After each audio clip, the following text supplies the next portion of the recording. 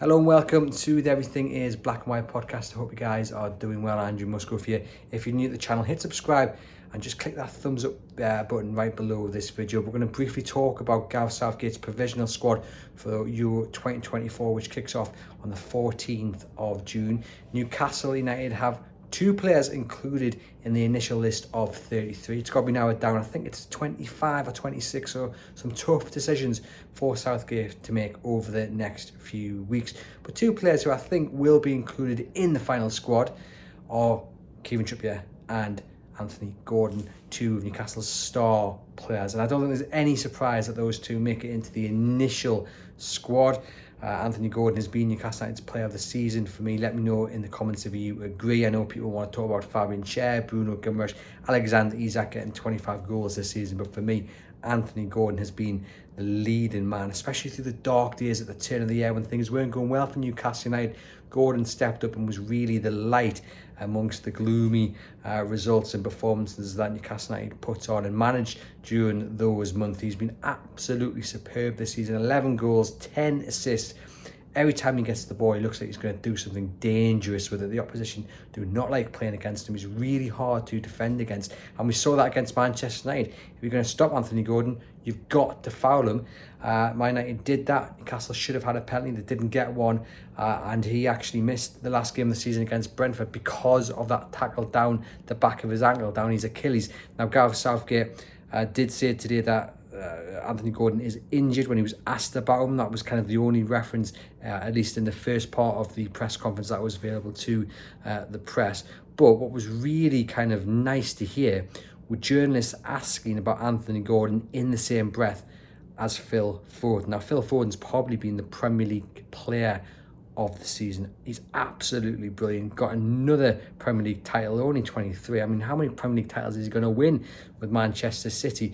And for journalists down at St George's Park to be asking whether Anthony Gordon starts ahead of Phil Foden out on the left, and that means Phil Foden's got to play maybe more centrally or out on the right, that shows you just how well Anthony Gordon has done this season to be talked about in the same breath as the Premier League's player of the season, in my opinion. We know how good Phil Foden is. He's one of the best players in Europe. And Anthony Gordon, he's been talked about maybe starting ahead of him for England. That shows you just how well he's done this season. Kieran Trippier, some might look at it and think, is he a little bit lucky to be in the squad? I don't think so. Look, he's come back from injury.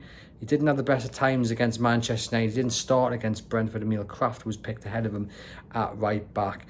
Questions over his long-term future at Newcastle United. Is his time as first-choice right-back drawing to a close, especially when you have Tino Livramento performing so well? And in a year's time or so, Tino Livramento could be ahead of him in the England pecking order. But this is Kieran Trippier's last major tournament, isn't he? 34 years of age.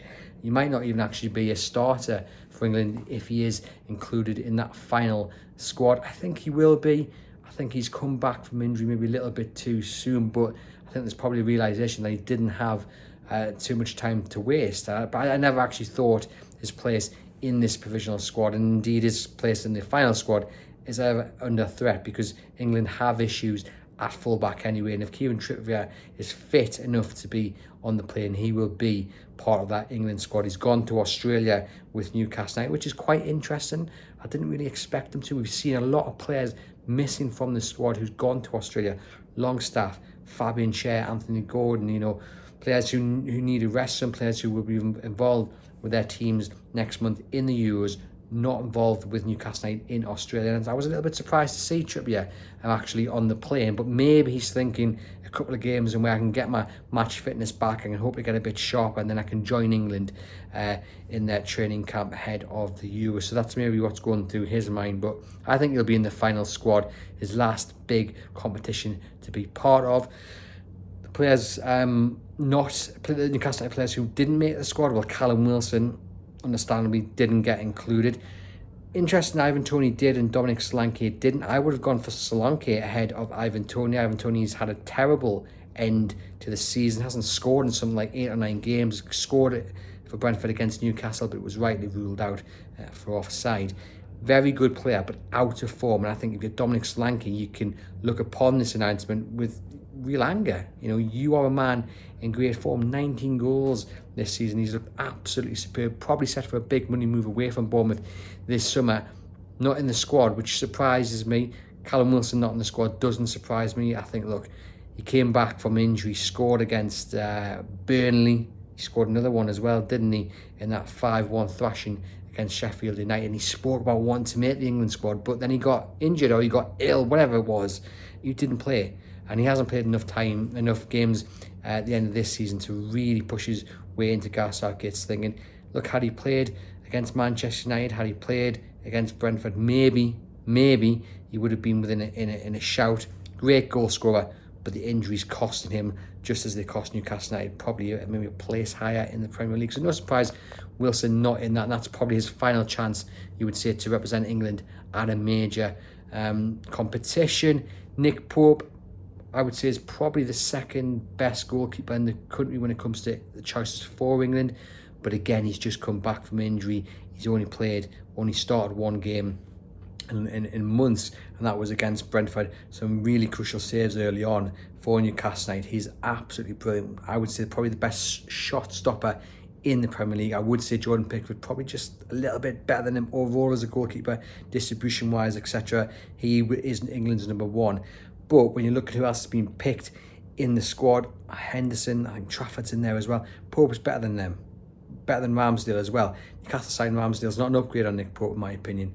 And I think had Nick Pope come back 6 weeks ago, maybe, I know he wouldn't have been able to do so because of being really careful with his shoulder. He would have been in this England squad. His return's just come a little bit too late for him, which is upsetting for him. Again, he's probably running out of time to represent England at a major competition, but the truth is, if he'd been included in the squad, he would have been playing second fiddle to Jordan Pickford anyway. So maybe he can have the summer off, he can rest up, he can work on getting that shoulder as strong as possible and come back for Newcastle in the pre-season and then in the Premier League season better and stronger, even though Newcastle are looking for a new goalkeeper, which is quite interesting, but we'll talk about more of that later in the week. I saw a few shouts for Lewis Hall to be included in England. Have got issues at full back. He's had a brilliant end to the season. He looks an absolute player, and for such a young man to be composed on the ball, great in the challenge, confident on the ball, he's going to be a star. He's going to be an England international, there's no doubt about it.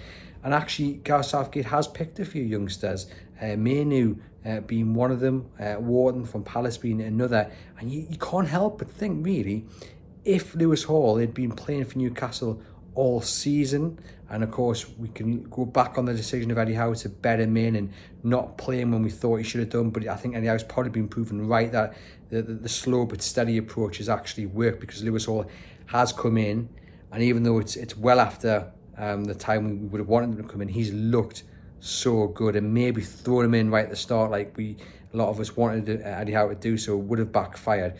But had he done so and the performance has been there, I think he probably would have been in this England squad. But Eddie Howe wanted to take his time with him, and Newcastle have got the benefits from that. And like I say, he's such a young lad that he's going to be representing England probably next season and for the years to come, if he can continue this great form. We've seen him do so in recent months at Newcastle United. Anyone else that we're missing? No, there's no one, is there? I mean, Sean Longstaff, bless him, is never going to get into the England squad. Dan Burns never going to get into the England squad. Tina Livramento, as I've mentioned, will do in time.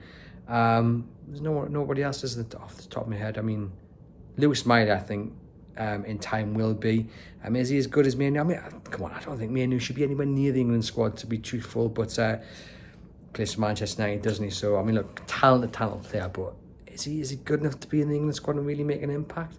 I'm not too sure, if I'm being honest, but good luck to the lads. I do think Lewis Miley will be within a conversation in the years to come if he, like Lewis Hall, can keep that great form up that we've seen this season when he's been given the opportunity. And Elliot Anderson is probably the one, courted by Scotland as well, and he's going to be a talent. He'll probably be in the conversation in the years to come, but no surprise he's not in this one. It comes way too early for the likes of Elliot Anderson. Let me know what you think about the England squad. Are you disappointed not to see Callum Wilson in it? Are you disappointed that Nick Pope's not in it? I mean, we're over the moon Gordon and Trippier in it. I'm really, really excited to see Gordon play for England. I think he stands a really good chance of starting some of the games if he overcomes this injury picked up against Manchester United. And he fully deserves to be included in the England squad. He's been absolutely brilliant this season. And I'm sure you guys in the comments will let me know what you think about Gordon, just how well he could do this summer in the England squad. Kieran Trippier, will he be omitted? Will he stay? Will he get into that final squad? I think he will do. But again, let me know in the comments what you think. Yeah, so there you go. Gareth Southgate's provisional England squad for the Euros. Gordon and Trippier in it. No Wilson, no Pope, as expected. Let me know in the comments what you think. Hit subscribe, give the video a thumbs up, and we'll see you guys very soon.